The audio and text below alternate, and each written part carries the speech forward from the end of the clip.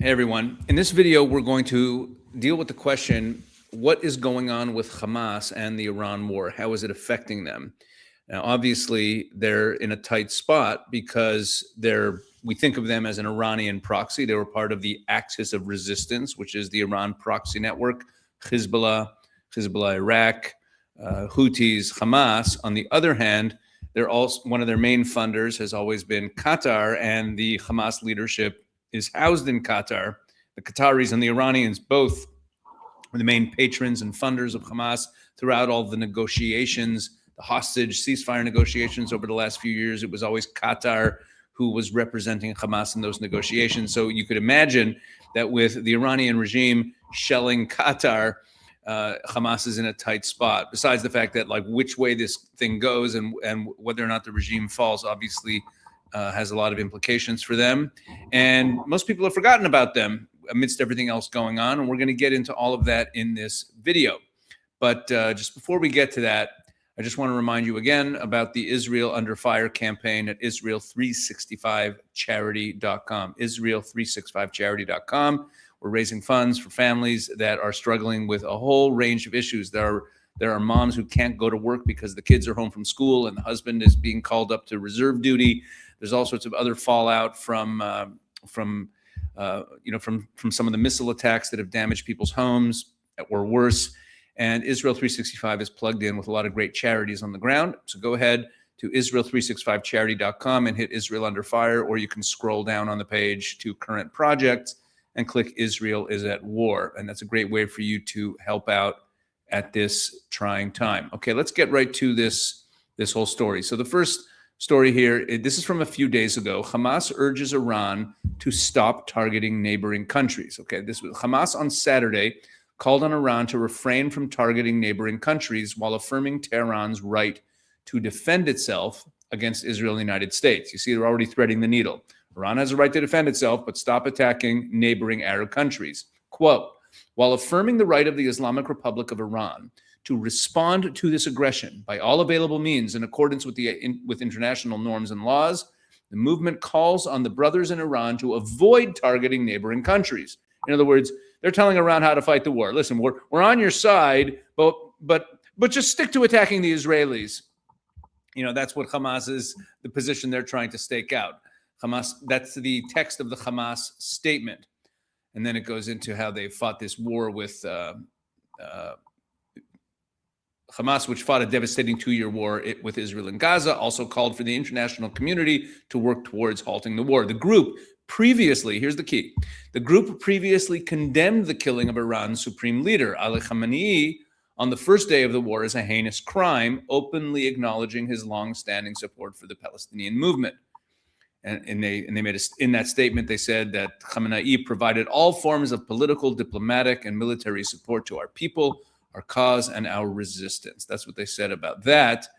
And so to give a little bit more of the background of what it is we're really dealing with here, meaning the statement that we see here from Hamas is really asking Iran to stop attacking neighboring countries, but at the same time affirming Iran's right to defend itself, and that previously they had put out supportive statements from Iran, speaks to the pressures that they're under right now. And I found a great piece of analysis, an explainer really, it even says explainer, in a publication I usually never go near, the Palestine Chronicle, extremely anti-Israel, as you can imagine.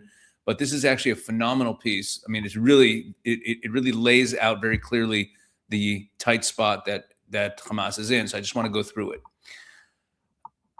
On March 13th, it says, why did Hamas suddenly urge Iran not to target neighboring countries? On March 13th, International Quds Day, Hamas delivered one of its strongest messages of solidarity with Iran since the outbreak of the U.S.-Israeli war against the Islamic Republic. Okay, that was the day before they asked them to stop striking other nations. Statements from the movement and from Abu Ubaidah, the spokesperson of Izz-ad-Din al-Qassam brigades, that's the military wing of Hamas.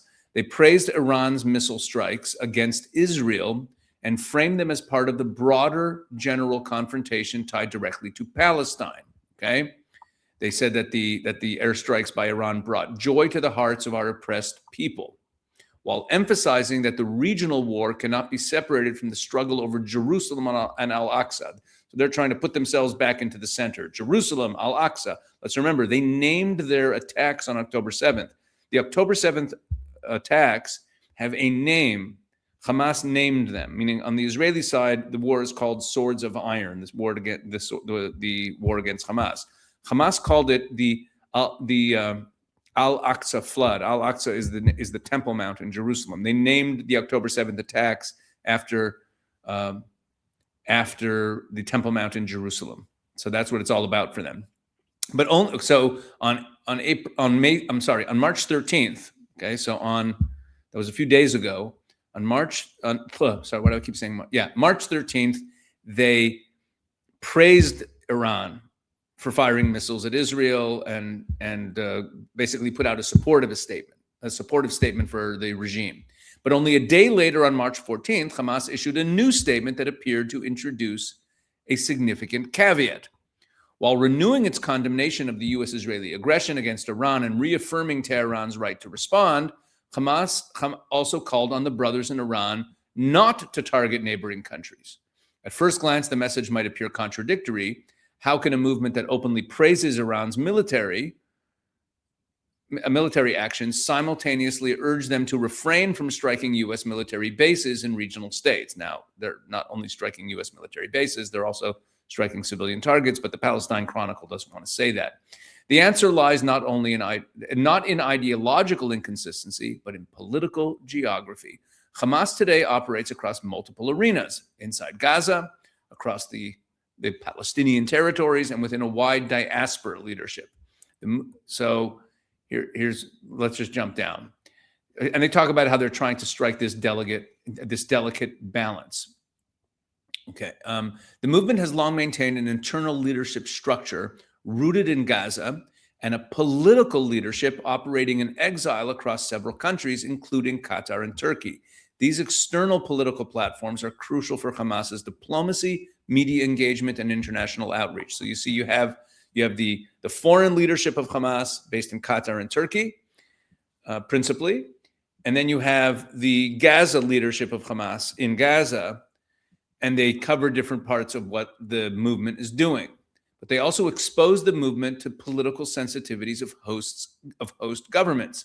When Iran retaliates against the U.S. or Israeli positions in the region, the missiles and drones pass through or target U.S. military bases in the Gulf states, and some of those Arab states host Hamas officials. It's referring to Qatar here, and this creates a difficult situation for them. While the movement cannot distance itself from Iran, it's laboring to avoid indifferent to the security concerns of the other countries. Okay, so, and it says here, the result is messaging that sometimes appears layered rather than contradictory. And then it gives us a little bit of history. It says Hamas has faced a similar strategic dilemma before. During the Syrian conflict, referring to the Syrian civil war and the fall of the Syrian regime, the movement found itself caught between competing political pressures. At the time, Hamas's leadership had long been based in Damascus, benefiting from close ties with the Assad regime in Syria, and Iran and Hezbollah. And then, as the Syrian war intensified, Arab governments who were sympathetic and supportive of the opposition began pressuring Hamas to distance itself from Assad. At the same time, the Syrian government expected loyalty from the movement. Hamas eventually took a position that angered Assad, angered Damascus, and led to the relocation of its leadership outside of Syria. Okay, so its leadership then being in Syria. Let me simplify this. The Assad regime was a protectorate in the last decade or so of its existence of Iran. It was very much tied in with the Iran-Hezbollah axis, as opposed to the Qatari-Turkish Sunni axis. And Hamas was getting money from Iran, and they had their leadership based in Damascus under the protection of Assad. So they were entirely in that Iranian orbit. But the Arab countries, the Sunni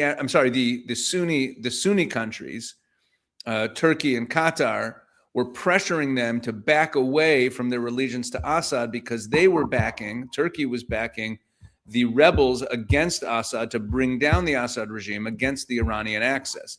So Hamas guys left, and from that point forward, their leadership has been in Turkey and Qatar. You see how this works.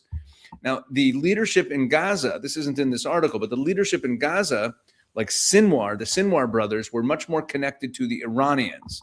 Okay, and whatever remains of Hamas in Gaza is still has strong, had, I don't know what it is today, I don't know what's left of it, but it had a greater allegiance to the Iranian regime than did the Hamas leadership outside of Gaza. Now, that doesn't mean that they didn't have friendly relations. Remember, Ismail Haniyeh, the political leader of Hamas living outside, who was living in Qatar, was actually assassinated in Tehran because there were friendly relations there.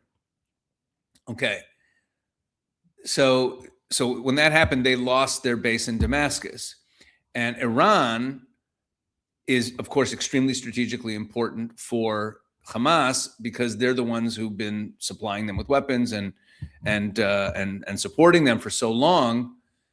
But so now Hamas is kind of stuck. So let me just jump down to the end here. Hamas's attempt to navigate these competing pressures is understandable, but it carries risks. Within the broader resistance camp means Iran, Hezbollah, that some voices, particularly in Lebanon, have already expressed concern about the tone of Hamas's latest statement, right? Meaning their latest statement calling on Iran not to target neighboring countries is criticizing the Iranian regime. And there's some guys in Lebanon, these Shiites, meaning that's referring to Hezbollah, who are looking at Hamas going, what are you doing? We've been bailing you out for years, which is true. If the movement appears to soften its position towards Iran under regional pressure, it could revive old suspicions that Hamas may again drift away from the resistance axis during moments of political stress, like they're not being loyal. The Iranian regime stood with them through tough times, and now they're throwing them under the bus. Such perceptions could weaken trust among Hamas's most consistent allies. At the same time, openly defying the concerns of Arab host governments, Qatar, Turkey, could jeopardize the diplomatic platforms that Hamas relies on outside Palestine. The movement is therefore attempting to walk an extremely narrow political path. And then look at this line. History suggests that such balancing acts rarely remain stable for long. As the regional war intensifies, the pressure on Hamas to take clearer positions will likely grow. Okay, so so that's a great analysis of the tight spot that Hamas is in, where it's kind of like a lose-lose situation for them because they don't know which way the wind is blowing. The worst thing for if it looks like the regime is actually going to fall, then they kind of have to abandon the regime. And the Qataris are looking at them going like, whose side are you on here? And are the Qataris still going to be willing to be the patron of Hamas when all is said and done, if Hamas is still holding its loyalty to the Iranian regime? So they're trying to look at which way the wind is blowing in this and trying to navigate this situation, not working out so well for them. Let's also add in the fact that if they're too nice to Iran, the Americans who have this board of peace, and those are the people that they need to work with in terms of getting a piece of the pie in Gaza, as they've been trying to do. They have to deal with the Americans. So Hamas is in a very, very tight spot. And the pressure isn't just coming from the West or from Qatar. It's coming from the rest of the Arab world itself. And we see this here. This is a very interesting piece that was translated by Memory, the wonderful people at Memory. And this came out today, the Middle East Media Research Institute. If you follow my channel, I mention them all the time. I have no affiliation with them other than the fact that I'm a donor. And they just published this very interesting piece. The editor of the Saudi State Daily, so this is state media in Saudi Arabia in Arabic. The editor of the Saudi State Daily wrote an editorial where he said the war against Iran is the result of Hamas's strategic mistake of launching the October 7th attack against Israel. So look at this story here. In a March 10th, 2026 article, so this is even before Hamas made these two statements that I started with, but in a March 10th, 2026 article, so this is a week ago, Khalid al-Malik, editor-in-chief of the Saudi State Daily, which is also called Al Jazeera, no connection, no affiliation with the Qatari one, but Khalid al-Malik, editor of the Saudi State Daily, wrote that America's and Israel's current war in Iran is the result of Hamas's Iran-backed attack in southern Israel on October 7th, 2023. The reckless attack, he argued, enabled Israel and the U.S. to systematically dismantle the entire Iran-headed resistance axis and launch a major military action against Iran itself. So here's some excerpts from the piece, really worth reading. U.S. President Donald Trump is saying that he will be involved in the selection of Iran's new president in accordance with American criteria, that the U.S. will seize control of Iran's oil like it did in Venezuela, and that he does not rule out dismantling Iran into smaller states. I'm not saying with certainty that Trump can indeed do this after the war is over, but at the same time, it cannot be ruled out that he has a plan to implement this given Iran's expected defeat in the wide-scale attack against it, as evidenced by the facts on the battlefield. U.S. control of Iran's oil is one of Trump's goals, but his foremost objective is to give Israel a prize for its participation in the war by weakening Iran so much that it will need a long time, even decades, to return to what it was. Meaning this editorial is not even anticipating the fall of the regime. Since the October 7th adventure carried out by the Palestinian Hamas, its attack on Israel and abduction of dozens of Israeli soldiers, obviously it wasn't only soldiers, the region has undergone changes that benefit Israel. Hamas, Hezbollah, and the militias in Syria have taken blows. The Iraqi terrorist groups have come under threat.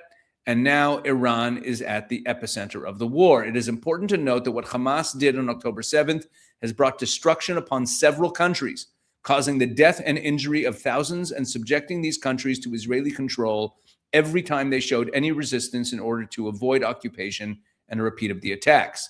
And here is the punchline of this. This is the lesson we must learn. When decisions of war and peace are no longer made by the state, but rather by reckless militias and semi-military groups that are not part of the state institutions, the result is what was reaped by Hamas and other Palestinian factions, then by the militias in the countries neighboring Israel, and now by Iran as well. Meaning they're calling out the whole thing of Hamas and Hezbollah, all these non-state actors, when they make decisions about war and peace, when they launch on October 7th, this is the result. Our region is currently experiencing pain and losing territory due to the miscalculations of Iran and its proxies. It began in Gaza, continued in Lebanon and Syria, and now has reached Iran, and perhaps it will later reach Iraq too. This is despite the fact that the Saudi kingdom and other countries warned against what is happening today and advised you the use of logic, dialogue, and diplomacy to resolve disagreements. Wow. Let's remember, this is Saudi Arabia. This is state media. Meaning an editorial like this by the editor of the Saudi State Daily, this is a position paper. Think of it as a press release from the kingdom. It is a position paper of the Saudi government pointing the finger at Hamas and saying, this is all your fault. And this is all Iran's, this is the fault of you and Iran and this whole axis of resistance and Hezbollah and the whole thing, bringing all this destruction and all of the results of this. It's pointing the finger at them. So, if you go back to before this war, where the Saudis are advocating for a Palestinian state, and we're kind of getting into the sort of pro-Hamas camp in the, when it came to Gaza, look at where things are right now for Hamas. I mean, this is severe. So Hamas is trying to, to salvage something. So while this whole war is going on, this is an amazing story. Just today, there's this story that broke. No one's noticing this. It's not a headline that Hamas has held consultations in Cairo to revive the Gaza agreement. While Israel is preoccupied with the war in Iran, Hamas has kicked off consultations in Cairo to overcome obstacles in implementing the second phase or the next phase of the Gaza ceasefire agreement. Experts told Asharq al-Aswat, that's this, what we're reading now, this is an Arab language daily that's really out of England, that Hamas officials are seeking new ways forward that would set the agreement on the right path, put a stop to Israeli violations, and reach solutions to daily crises caused by the Israeli siege on the enclave. Hamas officials held a series of meetings with Egyptian intelligence members and United Nations envoy Nikolai Mladenov that tackled political and field developments in Gaza, reported Egyptian and Qatari media. Okay. Two sources close to Hamas told Asharq al-Aswat that the movement's delegation was, it was led by this guy. It doesn't really matter. says the sources reveal that Hamas disarmament is on the table, but discussions will be resumed once Palestinian police and international stabilization forces are deployed. Now suddenly Hamas is willing to talk about disarmament. They're scared out of their minds. 3 sources told Reuters on Monday that envoys from U.S. President Donald Trump's Board of Peace have met representatives of Hamas in Cairo in an effort to safeguard the Gaza ceasefire under serious strain since the U.S. and Israel began bombing Iran. Okay. And then following that, it was announced that Israel would reopen the border crossing. And maybe that was, and then there's speculation about whether that was the result of the meeting in Cairo between Hamas representatives and the Americans. The sources said the Hamas representatives warned the board that the movement could back away, that Hamas could back away from its previous promises under the Gaza ceasefire if Israel maintains new restrictions imposed on Gaza during the Iran war. And then it says that there's expected to be more meetings later this week, and Israel continues to eliminate Hamas members in the Gaza Strip. Okay, so they're scrambling to revive something of this kind of peace deal before the dust settles on the fall of the Iranian regime, so they could possibly salvage something and keep themselves going. And as for this statement that they made that I opened up with about how Hamas urged Iran to stop attacking Gulf states, according to Ynet, based on Israeli sources, Israeli officials said Hamas issued the statement following explicit pressure from Qatar. According to Israeli sources, Hamas received signals from Qatari officials warning that if it did not publicly condemn Iran's attacks on the Gulf states, Qatar could halt financial assistance to the terrorist group and expel senior Hamas leaders from Doha. Just think about that. Because Hamas had the previous day put out a statement favorable to Iran, and they had praised Ali Khamenei. Now, Qatar said to them, if you don't condemn them, we're going to cut off your funding and kick all the Hamas leaders out of Doha. Right now, Iran is being decimated. If Hamas loses Qatar too, they have nobody. They basically don't exist. Remember, Hamas is it's a terrorist organization, 2 principal sources of funding, Iran, Qatar. If Iran's taken off the table, as it looks like it is, they have no ability to fund anything right now. If Qatar abandons them, then they're just a bunch of thugs running around in Gaza with nothing behind them, especially if they get expelled from Qatar. At the beginning of the war, Hamas condemned the killing of Iran's supreme leader. And then after his death was announced, they praised him, right? And then there was this month, however, Arab media reported an unusual breakdown in communication between Hamas leadership and the IRGC. And they're not sure if the disruption is the result of the fact that the IRGC guys they were communicating with are dead, or if the IRGC just stopped taking Hamas's calls. And then yesterday or today, Hamas condemned the killing of Ali Larijani.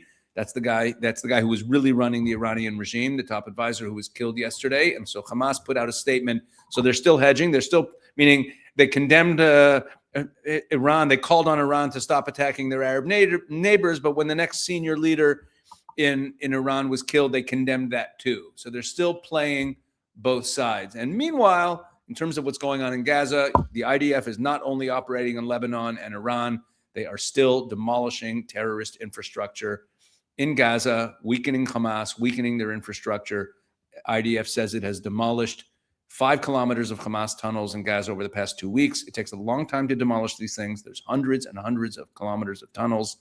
There's still a lot left to do, and the Israelis are still working steadily to demolish all the terrorist infrastructure. So there's an update on where Hamas is right now, where the Gaza situation is kind of on hold, and what type of solutions become acceptable or become realistic or reasonable for Gaza is really going to be an interesting subject when this war comes to an end, because whether there's still an Iranian regime, how the Gulf states and the Saudis behave towards Israel and towards America, if there is no more Iranian regime anymore, how this war turns out.